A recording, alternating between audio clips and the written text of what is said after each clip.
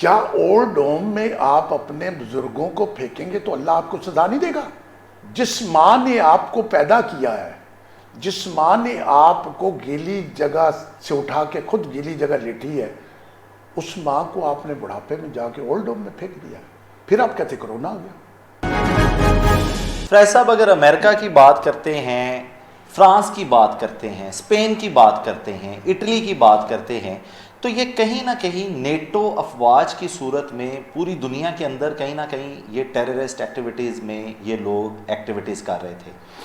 آپ کیا سمجھتے ہیں کہ پاکستان کا کیا قصور ہے؟ پاکستان کے اندر کیسے یہ وبا پھیل رہی ہے اور ہم کیوں افیکٹڈ ہیں؟ سر، پاکستان کی طرف میں بعد میں آؤں گا، پہلے آپ ذرا امریکہ برطانیہ سے نکل آئے نا جی۔ تو آپ نے محسوس کیا کہ جنسی بے راہ روی، اب میں ذرا تھوڑی سی کھلی بات کرتا ہوں، آپ اس پہ غور کریں۔ جنگل کے جانور، کتا، بلی، گھوڑا، گدھا، بکری، شیر، اس کے اندر یہ تمیز ہے کہ یہ کیا رشتہ کیا ہوتا ہے؟ نہیں ہے، نہیں ہے نا؟ بالکل۔ انسان جب اپنے رشتوں کو پامال کرے گا تو پھر اس پہ کوئی نہ کوئی اللہ کا عذاب آئے گا۔ آپ یہ کہہ رہے ہیں کہ انسان اگر رشتوں کے بنیادی اصولوں کو توڑے گا تو اس پہ زوال اور اس پہ وبا اور اس پہ عذاب ضرور آئے گا؟ بالکل آئے گا۔ آپ نے سوال کیا نا کہ امریکہ، فرانس، ترکی، اسپین، یہ وہ جو ترقی یافتہ ہیں، ان میں قصور کیا ہے؟ یہ تو انسان کی اتنی قدر کرتے ہیں، یہ تو کچھ زخمی ہو جائے اس سے نام نہیں پوچھتے، اس کا علاج کرتے ہیں۔ ان کے اندر انسانی قدریں اس حد تک ہیں جس کا حال ہی کوئی نہیں ہے۔ مگر افسوس، قرآن کہتا ہے کہ ماں باپ کو اف تک نہ کہو۔ تمام امریکہ کے، تمام برطانیہ کے، تمام فرانس کے، تمام اٹلی کے وہ لوگ مر رہے ہیں جنہوں نے ان کو اٹھا کے نرسنگ ہوم اور اولڈ ہوم میں پھینک دیا۔ پھر آپ کی انسانیت کس کام کی ہے کہ آپ کے ماں باپ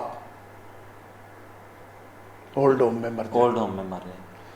کیا اولڈ ہوم میں آپ اپنے بزرگوں کو پھینکیں گے تو اللہ آپ کو سزا نہیں دے گا؟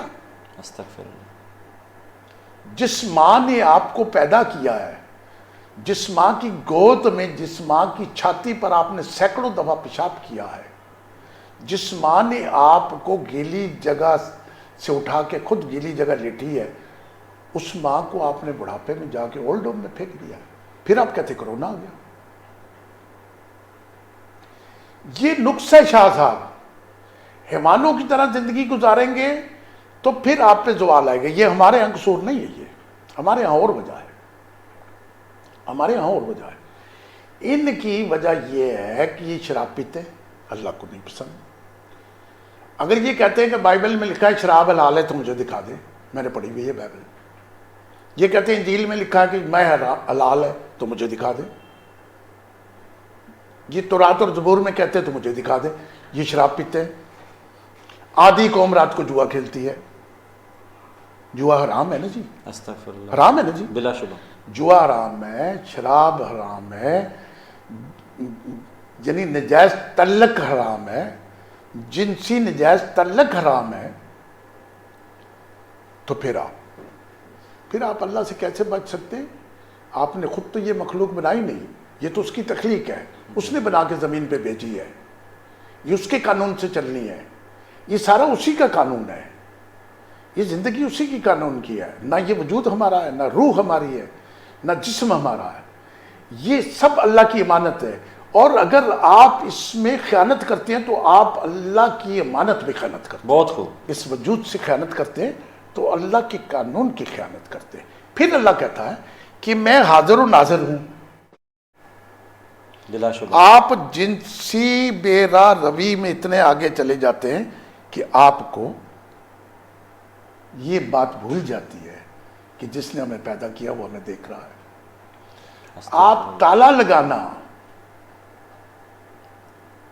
جائز سمجھتے ہیں کہ بس ٹھیک ہے، اب ہمیں کوئی نہیں دیکھ رہا۔ جس رب نے کرونا بھیجا ہے وہ تو آپ کے پیٹ کے اندر، آپ کے دماغ کے خلیوں کے اندر اور آپ کی شاہ رگ کے اندر موجود ہے. اور رب اگر آپ کے بیچ میں موجود نہ ہو تو آپ نہ بات کر سکتے نہ دیکھ سکتے. رب جب آپ کے وجود سے نکلے گا تو یہ مردہ ہو جائے گا، پھر اس کو اٹھا کے قبر میں ڈال دیں. تو امریکہ، برطانیہ، فرانس کی ایک تو بات یہ ہو گئی. باقی اللہ تعالیٰ بیماریوں سے سب کو محفوظ رکھے. اللہ کے قانون پہ اگر آپ چلیں گے، اللہ نے ایک قانون بنایا نا. آپ سمجھ رہے ہیں اللہ کا قانون کیا ہے؟ بلا شبہ اللہ کا قانون ہے کہ بچے نے 9 ماہ بعد پیدا ہونا ہے. بہت خوب. ٹھیک ہے جی. اللہ کا قانون ہے کہ انسان نے پہلے بچہ ہونا ہے، پھر جوان ہونا ہے، پھر بوڑھا ہونا ہے.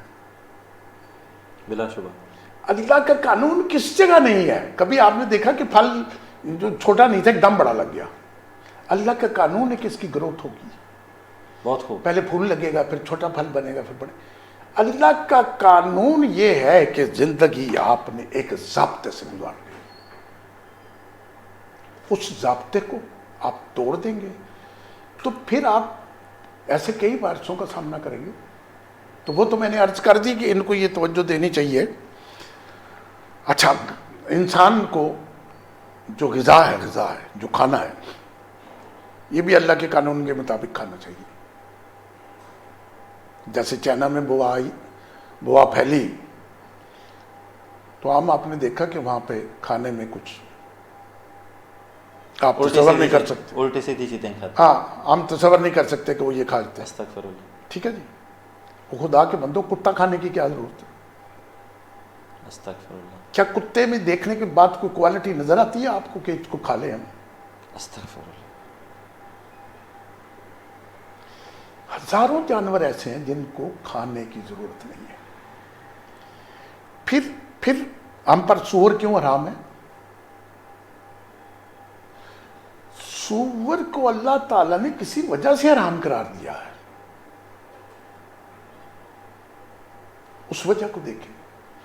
پھر اب آپ ہماری طرف آ جائیں. ہم میں اور بہت سارے نقص ہیں جس کی وجہ سے ہمارے پہ کورونا کا زوال آیا. جو لوگ یہ سمجھتے ہیں نا کہ ہماری زندگی سفید چادر ہے، امریکہ سمجھتا ہے ہماری ایک ایسے لٹھے کی چادر ہے ہماری زندگی. لٹھے کی چادر پر اس پین سے لگایا ہوا ایک داغ بھی نظر آتا ہے. ہماری زندگی داغدار ہے. ہمارا رہن سہن ویسا نہیں ہے، ہماری غذا ویسے نہیں ہے. ہم نیچر کے مٹی کے قریب ہیں. جی کیسے؟ ایسے کہ اگر کوئی آپ کے پاس، آپ کا مہمان کوئی امریکہ سے 10 سال بعد آ جائے تو وہ یوں ہوگا. اس کو ہماری اڑتی ہوئی مٹی جو ہے وہ نقصان پہنچائے گی. ہماری جو ہوا ہے اس کو نقصان پہنچائے گی. ہماری جو گندگی ہے اس کو نقصان پہنچائے گی. تو گویا ہماری چادر پہلے سے میلی ہے. اس پہ کرونا کا داغ لگے گا تو نظر نہیں آئے گا. اللہ. میرے فلسفے کو سمجھ رہے ہیں نا آپ؟ جی. مطلب اگر ہم مٹی میں رہیں گے، مٹی کے قریب رہیں گے تو پھر ہم تو سفید چادر ہے ہی نہیں. اب آپ کہیں گے کہ یہ کیا فلسفے کی بات کر رہے ہیں. ہم نے سینکڑوں، ہزاروں، لاکھوں دوائیں پہلی جیلی کھائی ہیں. ہمارا جو اندر سسٹم ہے نا جی، جو ہماری غذا کو پیستا ہے، جو اس کا کچرا بناتا ہے، جہاں پہ جا کے ہر چیز الگ الگ ہوتی ہے، وہ سسٹم اتنا اعلیٰ سسٹم یوز ٹو ہو گیا ہے. یوز ٹو ہو گیا کہ اس کو اس بات، یہ باتیں عام چینلوں پہ لوگ بیٹھ کے نہیں کریں گے. ہم اتنے یوز ٹو ہو گئے ہیں جس کا تھا بھی کوئی نہیں. ایک مثال میں آپ کو دیتا ہوں. میرے پاس کچھ اوڈ لیبر کام کرتی تھی. وہ روٹی کیا کھاتے ہیں؟ ہم جو وہ کرتے ہیں نا، پیزا بناتے ہیں یا وہ رول بناتے ہیں یا برگر بناتے ہیں. ان کے پاس لال مرچ ہوتی ہے پسی ہوئی، ہلدی ہوتی ہے پسی ہوئی، اور نمک ہوتا ہے. اس کو وہ ایک پیالے میں ڈالتے ہیں، اس کا پیسٹ بناتے ہیں. پیسٹ بنا کے روٹی کے اوپر اس طرح لگاتے ہیں، جیسے مکھن بند پہ نہیں لگاتے آپ، روٹی پہ لگاتے ہیں. اس کا رول بناتے ہیں. رول بنا کے اس کو کھاتے ہیں، ساتھ پانی پیتے ہیں.